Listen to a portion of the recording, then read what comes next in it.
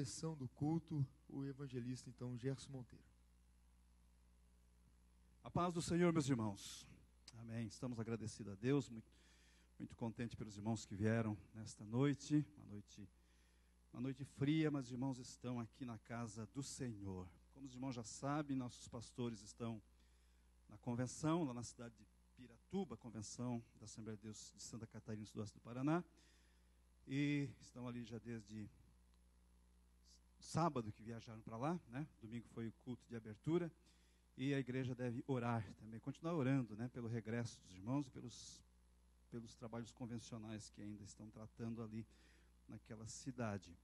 Nós queremos dar alguns avisos, rapidinho, para nós já passarmos para a palavra de Deus. Sexta-feira, tarde da solução com Deus, às 14h30, com culto de louvor, às 14h30. Quinta-feira, almoçando com Deus, às 12h30. Né? Quarta-feira pela manhã, o círculo de oração se reúne para a sua consagração a partir das 8h da manhã. E à noite, então, reunião dos jovens, com início às 20h. Quinta-feira, culto da vitória, às 19h30. Sexta-feira, vigília. Sexta-feira, grande vigília, às 22h. Sábado, culto de Santa Ceia, às 19h15, exatamente, a banda começa a tocar. Sábado, às 19h15, então, culto de Santa Ceia. E domingo teremos o batismo em água, às 9h da manhã, né? Domingo agora, dia 7. E à noite, culto de missões, às 19h. E estará conosco pregando o pastor Cercal, de Portugal, nesse culto de missão de domingo, né? E os irmãos não esqueçam também da oração que temos de segunda a sexta, das 10 às 11h da noite. Então, os irmãos que puderem, estejam presentes, cooperem nos cultos durante essa semana, porque está sendo uma bênção de Deus. Aleluia, graças a Deus. Eu convido para vós abrir as vossas Bíblias na carta do apóstolo São Paulo aos Romanos, para nós falarmos alguma coisa nesta noite. É um culto de ensino, né?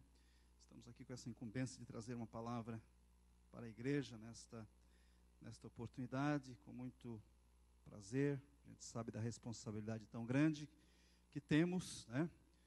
Mas Deus sabe todas as coisas. Eu tenho certeza que Deus vai falar conosco, Deus está falando conosco e vai continuar. Aleluia, porque o culto é dele. Amém? Os nossos pastores não estão, mas o Senhor não falha, o Senhor está aqui. Romanos capítulo 15, vamos ler alguns versículos. Romanos capítulo 15, verso 1, e depois versos 5, 6 e 7. Romanos capítulo 15, versos 1, depois 5, 6 e 7. Primeiro e segundo, 5, 6 e 7. 5 versículos deste capítulo aqui. Diz assim: ora, nós que somos fortes devemos suportar as debilidades dos fracos e não agradar-nos a nós mesmos. Portanto, cada um de nós agrade ao próximo no que é bom para edificação. Depois o verso 5 diz assim: ora, o Deus da paciência e da consolação vos conceda o mesmo sentir de uns para com os outros, segundo Cristo, para que concordemente a uma voz glorifiqueis ao Deus e Pai de nosso Senhor Jesus Cristo. Verso 7 ainda diz: portanto, acolhei-vos uns aos outros, como também Cristo nos acolheu para a glória de Deus. Amém? Os irmãos prestaram bem atenção nesse versículo. É um conselho muito maravilhoso do apóstolo São Paulo. Paulo, aqui nessas palavras, ele nos fala claramente como nós devemos viver como verdadeiros cristãos. Qual a nossa atitude, qual o comportamento que cada crente deve ter para viver de modo que glorifique a Deus. E, meus irmãos, aqui Paulo está dizendo que nós devemos viver de tal maneira que sejamos servos um dos outros. O Senhor Jesus nos chamou, nos salvou, para que nós pudéssemos, ou que nós vivêssemos, em relação ao nosso semelhante, em uma vida de mutualidade, em uma vida de solidariedade. Por isso que eu acho importante, meus irmãos, as cartas que Paulo escreveu. Eu achei pelo menos umas 30 vezes entre Paulo, Pedro, carta de Tiago, as cartas de João, pelo menos umas 30 vezes, esses homens dizendo a expressão uns aos outros: amai-vos uns aos outros, não julguemos uns aos outros, né? Não invejamo-nos uns aos outros, sujeitamo-nos uns aos outros, não mintamos uns aos outros, e assim por diante. Então, quando vem essa expressão uns aos outros, isso quer dizer, meus irmãos, que a igreja só tem o seu verdadeiro sentido, só vive uma vida cristã verdadeira quando vive a sua vida para o outro. Nós servimos ao Deus, mas para agradar a Deus, nós precisamos servir ao outro. Nós precisamos ter certas atitudes que venha ajudar ao nosso irmão, ao nosso semelhante, aquele que está próximo de nós. E, meus irmãos, uma das expressões mais interessantes que eu vejo na Bíblia para designar a igreja, que nós podemos considerar a igreja é como sendo uma comunidade de salvos. Comunidade, esta palavra comunidade, dela deriva a expressão comunhão, dela deriva a expressão em comum. Então a igreja como comunidade de Deus, nós devemos viver em comunhão, uns com os outros. Aleluia. Devemos viver em comunhão, isso quer dizer em comum, tendo uma vida em comum. Nós vamos ver isso, meus irmãos, muito claramente quando Paulo faz a sua saudação à igreja, a sua primeira carta que escreve à igreja aos Coríntios, capítulo 1, verso 9, diz assim: fiel é Deus pelo qual fostes chamados à comunhão de seu Filho Jesus Cristo, nosso Senhor. E o verso 10, rogo-vos, irmãos, pelo nome de nosso Senhor Jesus Cristo, que faleis todos a mesma coisa, e que não haja entre vós divisões, antes sejam inteiramente unidos na mesma disposição mental, ou seja, pensando a mesma coisa e no mesmo parecer. Então, meus irmãos, para nós vivermos em comunhão como a igreja, muitas vezes não é tão fácil. Não é tão fácil, porque nós precisamos ter certas atitudes que são necessárias, que são indispensáveis para que nós possamos viver unido com o nosso irmão, para que nós possamos viver juntos, em comunhão. Porque o apóstolo Paulo diz aqui nessas palavras, né? Depois que nós lemos aqui nesse primeiro e segundo versículo, aqui no segundo versículo ele diz que nós não devemos viver para agradar a nós mesmos, mas agradar ao nosso próximo, para que ele seja edificado. Certo? E depois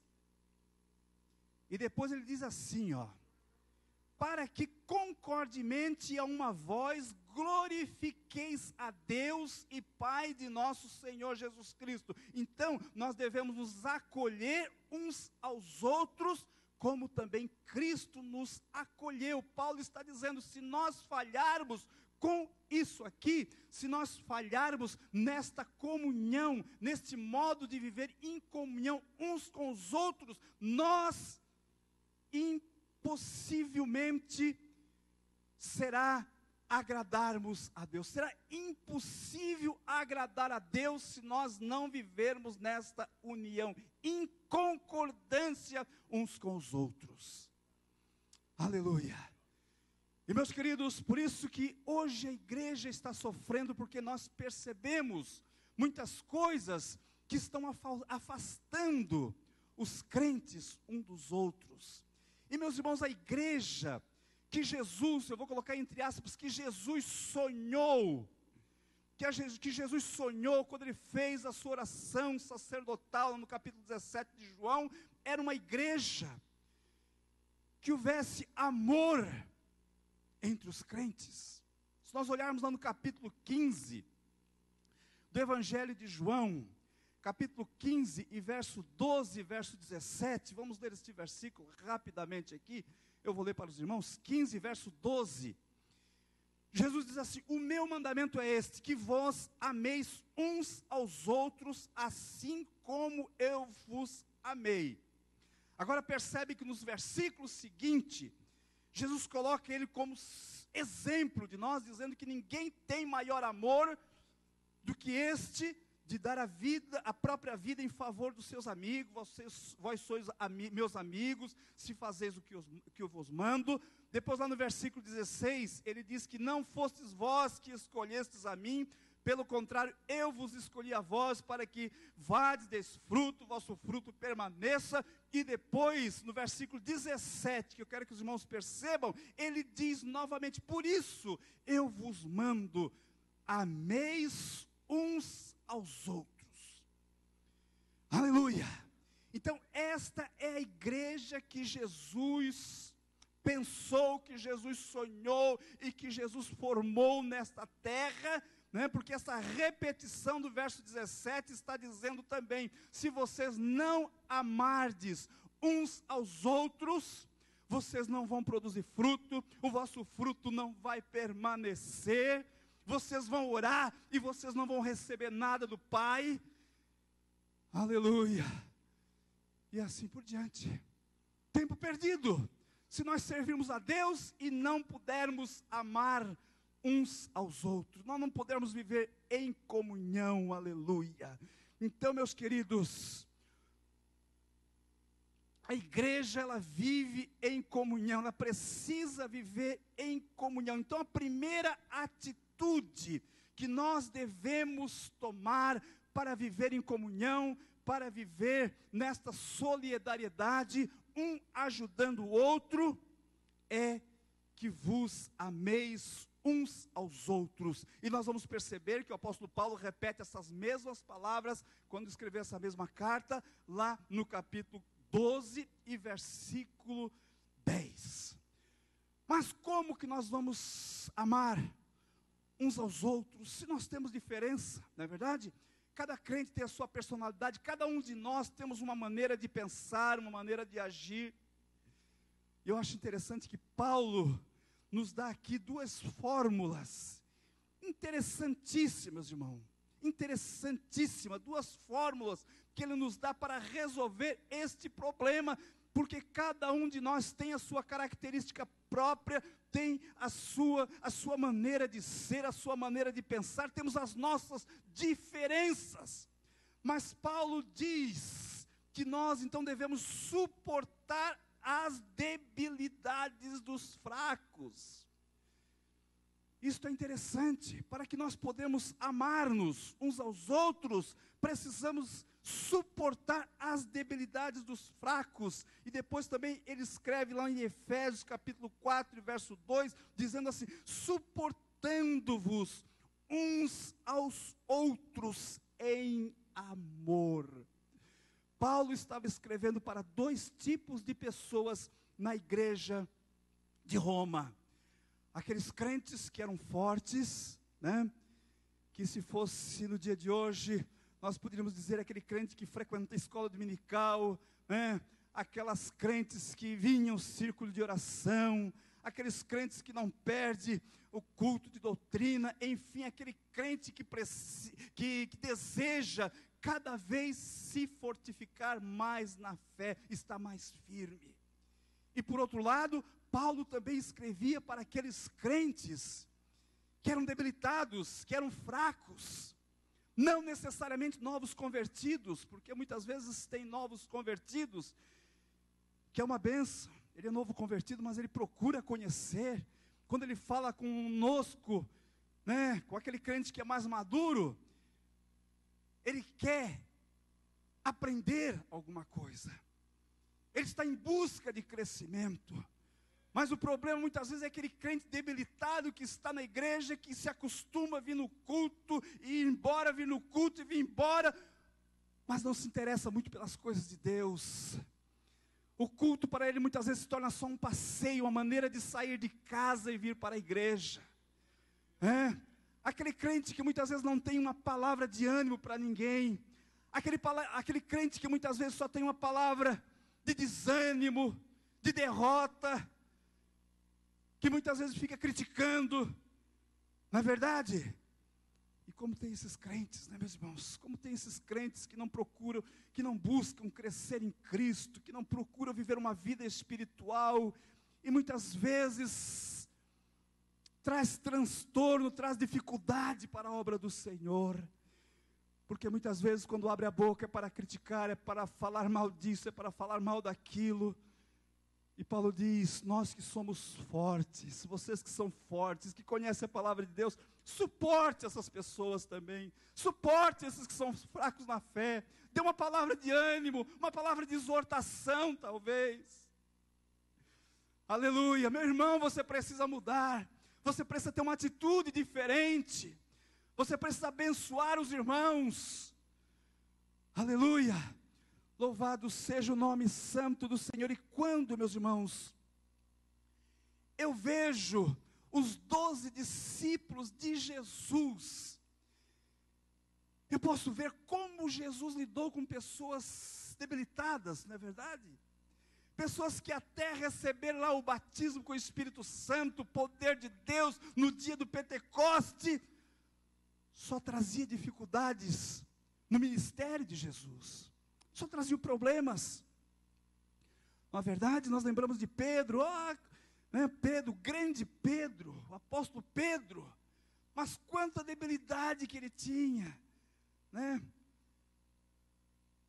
Uma feita, ele queria impedir que Jesus fosse até a cruz. Jesus, de maneira nenhuma vai suceder isso contigo. Quando Jesus disse que convinha que ele padecesse, que ele morresse, não vai acontecer isso contigo. Ai, Jesus disse, não, Pedro, não estás entendendo nada, os planos, tu vive comigo, tu anda comigo, mas tu não estás entendendo, tu não estás compreendendo o meu ministério. Outra vez, lá precipitadamente cortou a orelha lá do servo do sumo sacerdote, se precipitando, e Jesus teve que remediar ali, teve que curar, para não trazer um problema grande. Jesus, Pedro disse, eu prometo que eu vou contigo, nem que seja para morrer, para sofrer, mas daqui a pouco ele estava negando Jesus. Quantas debilidades, mas Jesus suportou essas pessoas. Jesus suportou porque Jesus sabia, oh aleluia, que num determinado momento nem tudo estaria perdido. Pedro ia se converter, Jesus estava dando uma chance. E aí nós podemos falar de Tomé, sua incredulidade, Tiago e João, quando a Bíblia diz que eles queriam um lugar especial ao lado de Jesus, quando estivesse na glória, um tivesse sentado à direita, outro à esquerda de Jesus, e diz a palavra que isso lhe trouxe um transtorno para os demais discípulos, começaram a se indignar com aqueles dois, com João e Tiago, aleluia, mas Jesus soube lidar, soube suportar as debilidades, as deficiências dos seus discípulos. E o que dizer de Judas também, Apesar de tudo, Jesus ainda deu oportunidade para que Judas se arrependesse. Se fosse nós, talvez nós disséssemos, com essa turma aí não dá para trabalhar, com esses 12 aí não dá para trabalhar, eu não suporto, é muita incredulidade, é muito problema trazendo para o nosso ministério. Mas Jesus suportou, e Paulo diz aqui, nós que somos fracos, devemos suportar para que possamos viver em amor, devemos suportar as debilidades do mais fraco. Oh, aleluia, louvado seja o nome santo do Senhor. Meus queridos, Muitas vezes nós queremos que Deus seja paciente conosco. Perceba, meus irmãos, que aqui apóstolo Paulo, nesse mesmo versículo que eu li, nesse mesmo capítulo, no versículo 5, diz assim: ora, o Deus da paciência e da consolação. O Deus da paciência e da consolação vos conceda o mesmo sentir de uns para com os outros. O Deus da paciência.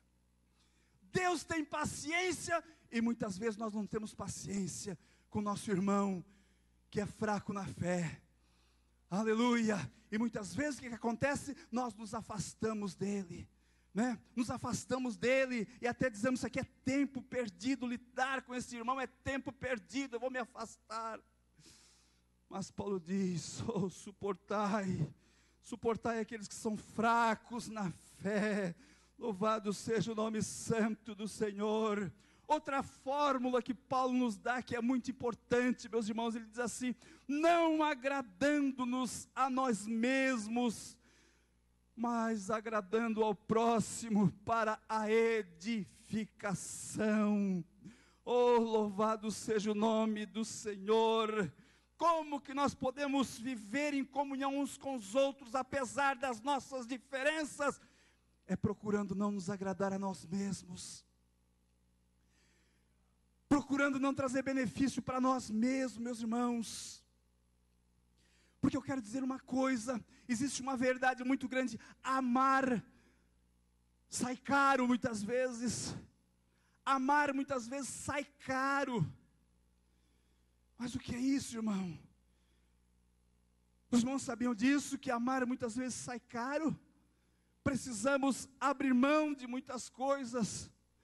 Alguém pode dizer: então, irmão, eu vou só amar a Deus, porque eu já sei como amar a Deus, é dobrar o meu joelho e dizer: Senhor, eu te amo.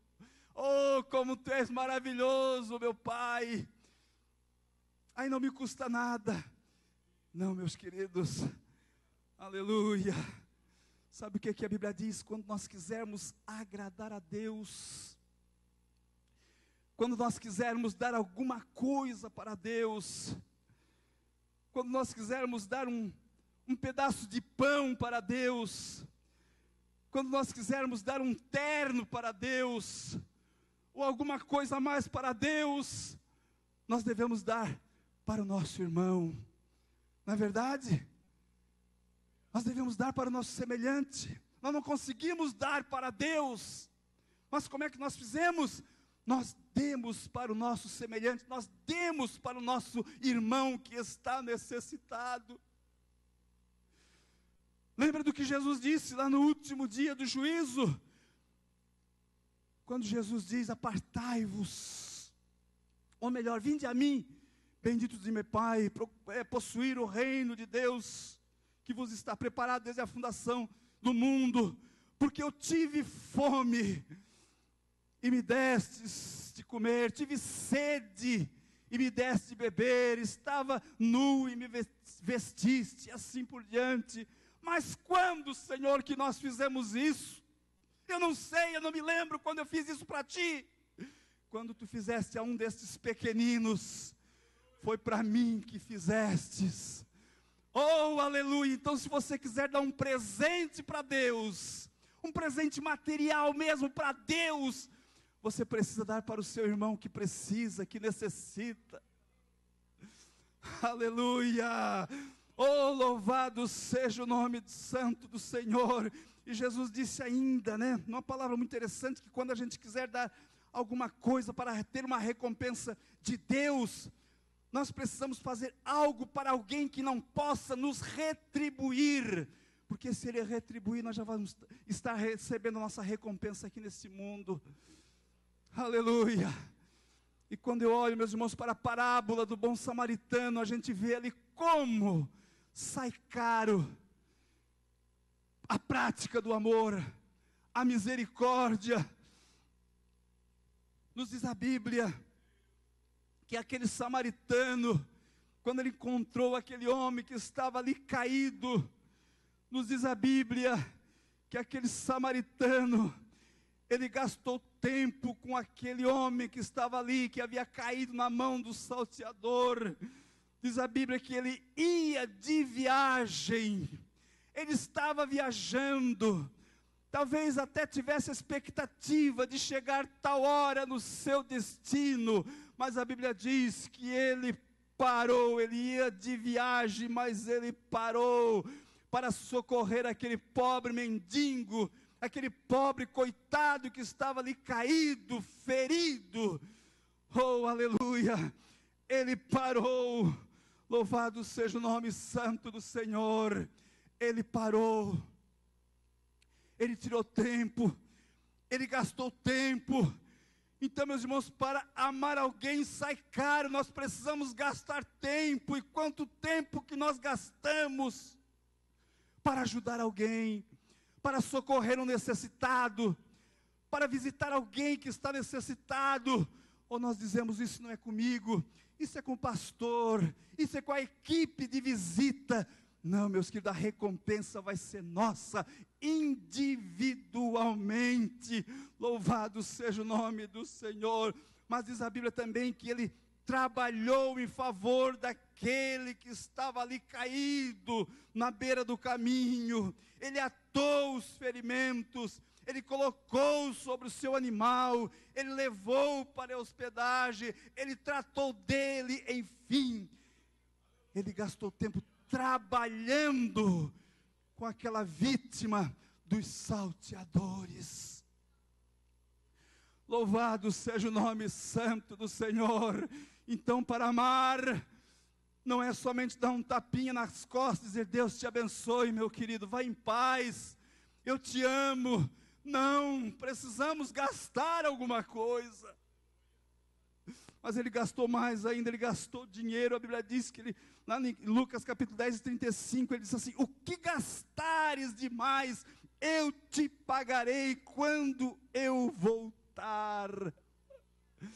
Oh, louvado seja o nome santo do Senhor. Quantos que dizem que amam, que vivem em comunhão, mas às vezes não dispõem de tempo, não querem gastar dinheiro, não querem fazer nada, só querem amar de palavra, mas isso diante de Deus não adianta nada. Aleluia, por isso que Paulo diz, não devemos agradar a nós mesmos, mas agradar ao próximo, para que ele seja edificado. Louvado seja o nome santo do Senhor. Apóstolo Paulo ainda diz em Gálatas capítulo 6 e verso 2, levai as cargas uns dos outros, e assim cumprireis a lei de Cristo. Isto fala de amor, de misericórdia, de amor em ação, né? De dar o ombro, de ser misericordioso, de se envolver com o problema alheio, de se envolver com aquele que está vivendo na miséria. Louvado seja o nome santo do Senhor. Ah, meus irmãos, eu estou somente nesse primeiro tópico aqui, amai-vos uns aos outros. Eu gostaria de falar também em Colossenses capítulo 3 e verso 9, só ler esse versículo interessante, Colossenses capítulo 3 e verso 9, que eu não vou muito à frente, mas já estou quase parando. Colossenses capítulo 3 e verso 9, Paulo diz assim, não mintais uns aos outros, uma vez que vos despistes do velho homem com seus feitos. Aleluia!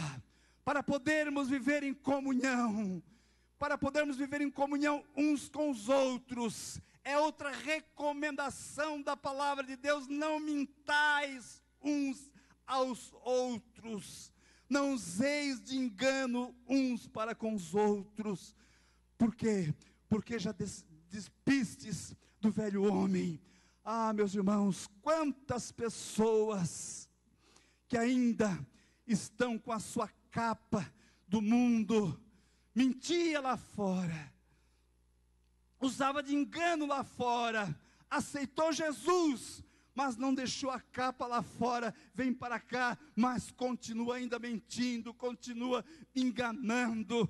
Oh, louvado seja o nome do Senhor. Muitos estão trazendo a capa do velho homem para dentro da igreja e não consegue se libertar. Vem para a igreja, mas continua enganando o seu irmão. Como você vai viver em comunhão? Como eu posso viver em comunhão contigo se você me engana?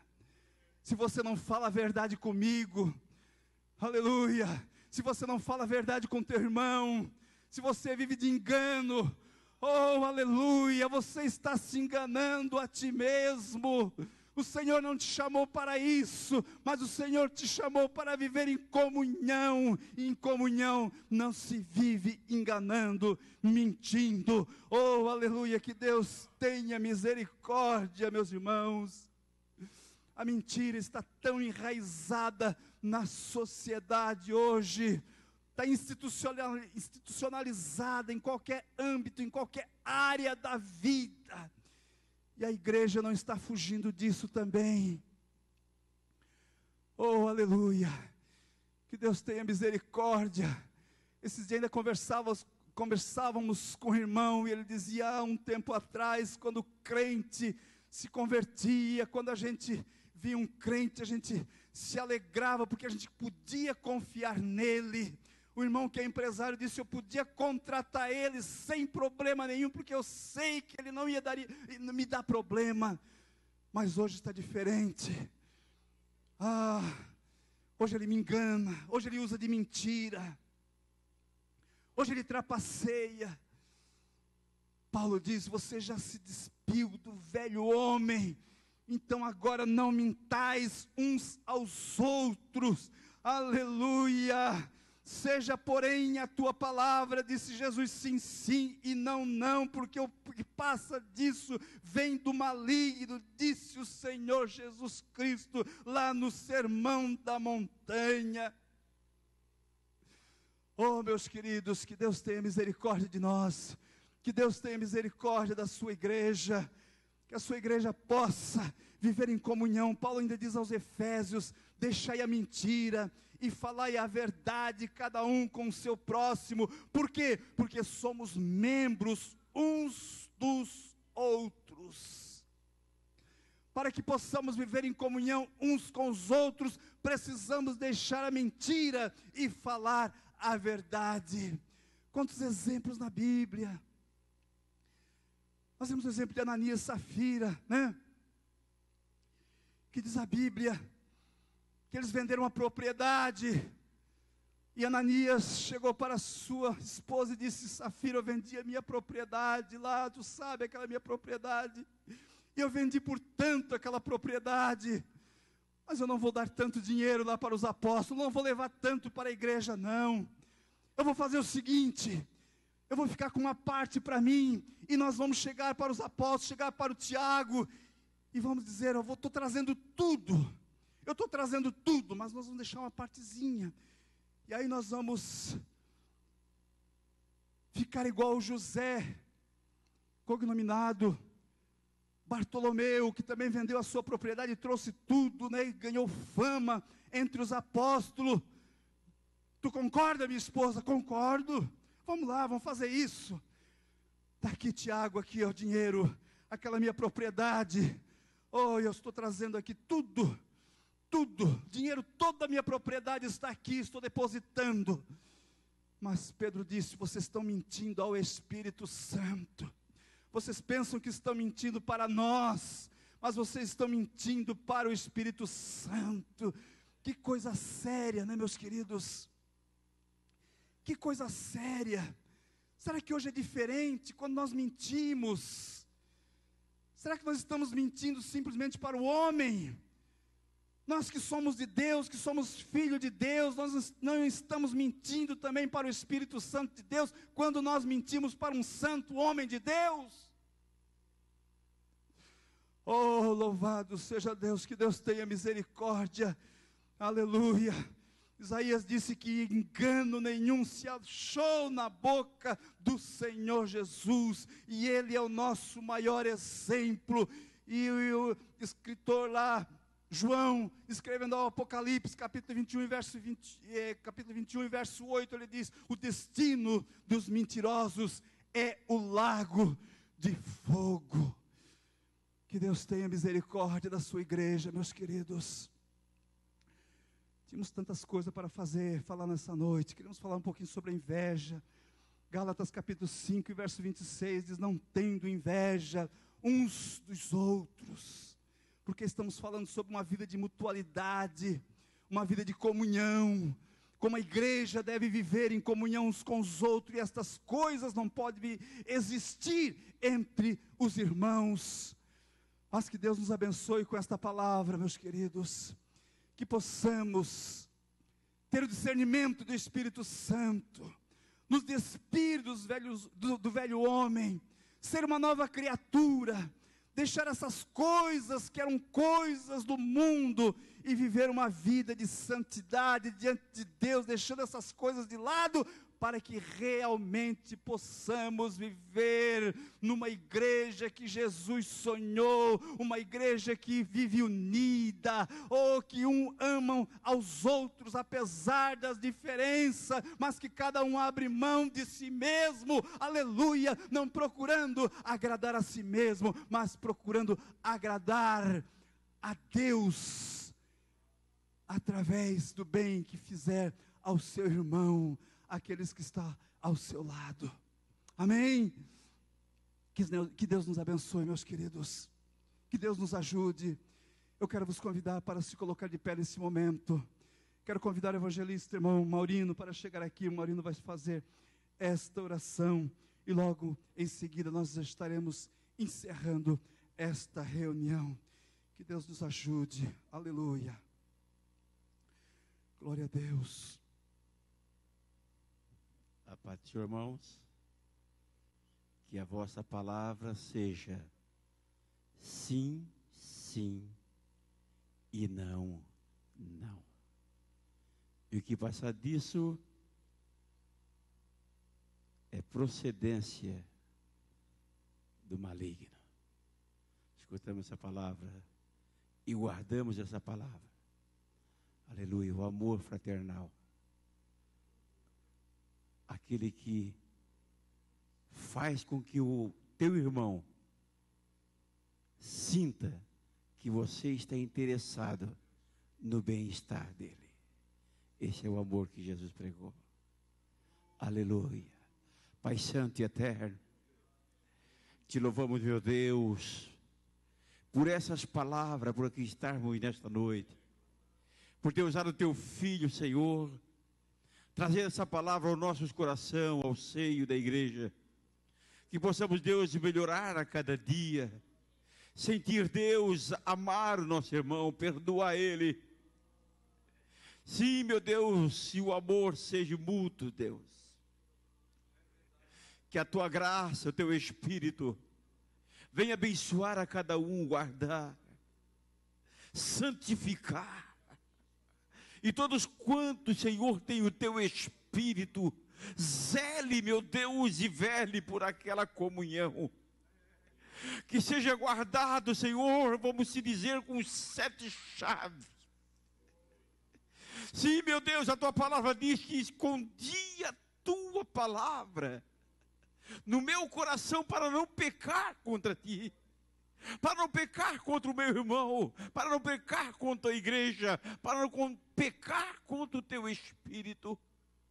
Pai, nós te louvamos, pedimos a tua bênção e a tua graça, em nome de Jesus. Assim te louvamos, Pai, desde agora e para sempre. Amém. Aleluia. Deus que abençoe a todos, meus queridos. E que a graça de nosso Senhor Jesus Cristo, o amor de Deus e a comunhão do Espírito Santo seja com todos. Cada crente, se Deus é por nós, vão em paz e que Deus abençoe